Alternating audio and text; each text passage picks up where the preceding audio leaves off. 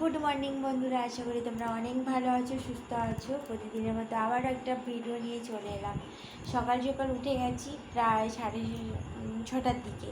আরও এখন বাজে, বেলা কটা বাজে দেখিনি, 8:37। ও এখনও পর্যন্ত ঘুমাচ্ছিল, মানে 8:10-15-এর দিকে ওকে খুব ডেকেছি, তারপর উঠেছে।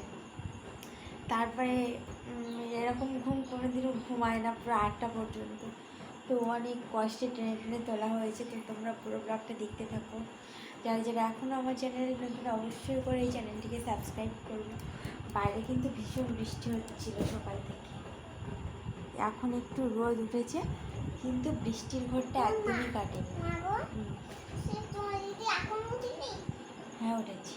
তো তোমরা পুরো ভিডিওটা দেখতে থাকো অবশ্যই, আর চ্যানেলটিকে সাবস্ক্রাইব করো। হ্যাঁ, সবাইকে গুড মর্নিং। তারপর সরাসরি রান্নার দিকে চলে এলাম, আর এখন বাজে 10:50। তো এই মাছগুলো কাটতে অনেকটা লেট হয়ে গেছিলো বন্ধুরা, আর মাছগুলো কিন্তু আজকের একদম ফ্রেশ ছিল। আর মাছটা কিন্তু এক্ষুনি নিয়ে এসেছে, দেখতে পাচ্ছ মাছের গায়ে হালকা হালকা রক্তও লেগে আছে, কারণ এগুলো একদমই বরফের নয়, টাটকা। আর পিয়ালিতে আজকে ফার্স্ট টাইম দেখলাম যে এরকম টাটকা মাছ। তো কড়া গরম হয়ে গেছে, আর আজকে বানাবো মাছের ভাজা, নেড়ে মাছের। তো তারপর এখন চলে যাচ্ছি, দেখতেই পাচ্ছ একটা সামনে একদম মাঠ, ধুধু করা মাঠ যেটাকে বলে।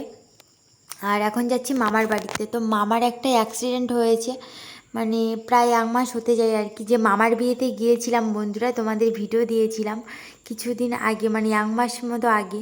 সে মামার একটা অ্যাক্সিডেন্টের জন্য পা প্রচণ্ড মানে কেটে গেছে, আর এখন বেড রেস্ট পুরোটা। এখনও পর্যন্ত সুস্থ হওয়া তো দূর, এখনও প্রচুর অসুস্থ।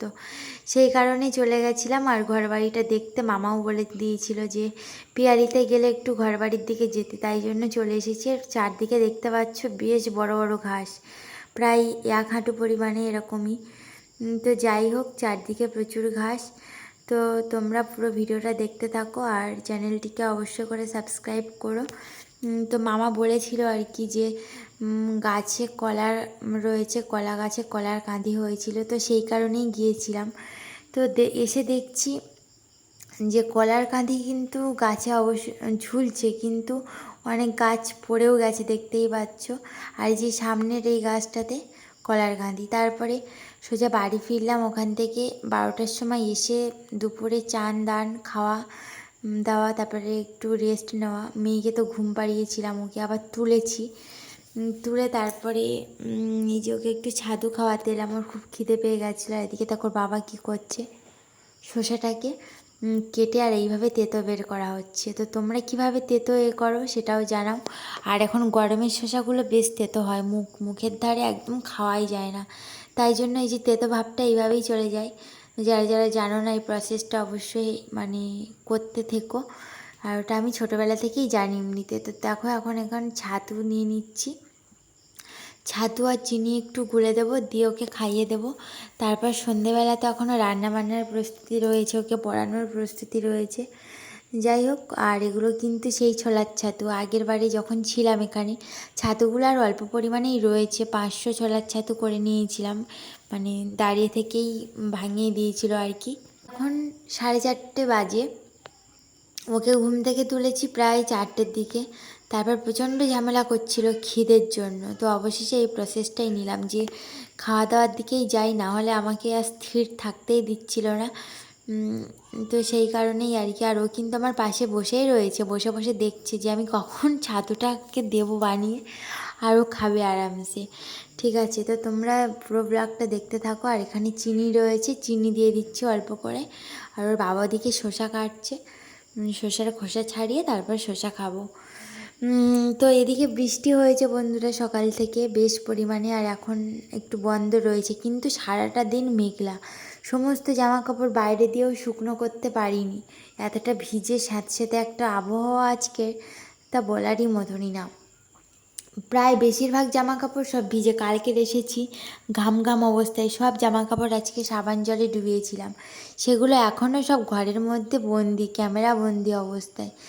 যাই হোক, তারপর সন্ধ্যাবেলা রান্নাবান্না তো হয়ে গেছে প্রায়, আগে তো তরকারি দুটো হয়ে গেছে, আর এখন ডালটা সেদ্ধ করে নিয়েছি। আর আমি একবারই ডালটা বানাই, দুজনেই থাকি, দুজনের জন্যই ডাল বানানো হয় আর কি।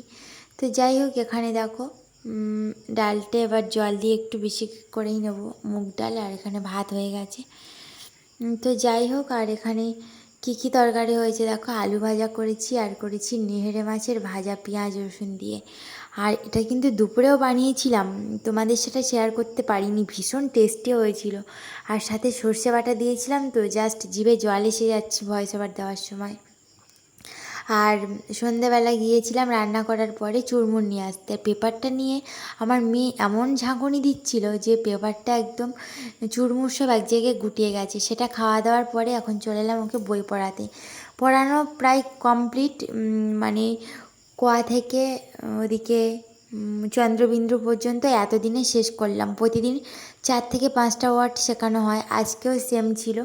তারপরে ওকে ও পড়বে না বলে দেখো চারদিকে ঘুরে বেড়াচ্ছে, নূপুরও খুলে দিয়েছে, আবারও সেই একই রকম। তো যাই হোক, চারদিকে দেখতে পাচ্ছ বইয়ের মেলা বসিয়ে দিয়েছে আমার মেয়ে। আর আজকের ব্লগটা এই পর্যন্ত। ভালো লাগলে অবশ্যই আমার চ্যানেলটিকে সাবস্ক্রাইব করে দিও। রান্নাবান্না আজকের এই আপাতত এই পর্যন্ত হয়ে গেছে। আবার কালকে সকালে একটা ব্লগ নিয়ে তোমাদের সামনে চলে আসবো। তো তার আগে তোমরা সবাই সুস্থ থেকো, ভালো থেকো, একটা করে লাইক করে দিয়ে যেও। ও আবারও সেটাকে পড়ছে নূপুরটাকে। আমি বারবার করে বলছি নূপুরটা ছিঁড়ে যাবে, কিন্তু আমার কথা শুনছিলই না। এতটা পরিমাণে দুষ্টু, মানে সে যাকে তাকে খামচে দেয়, চুল ধরে টেনে দেয়, মানে আগের থেকে প্রচুর পরিমাণে হয়ে গেছে।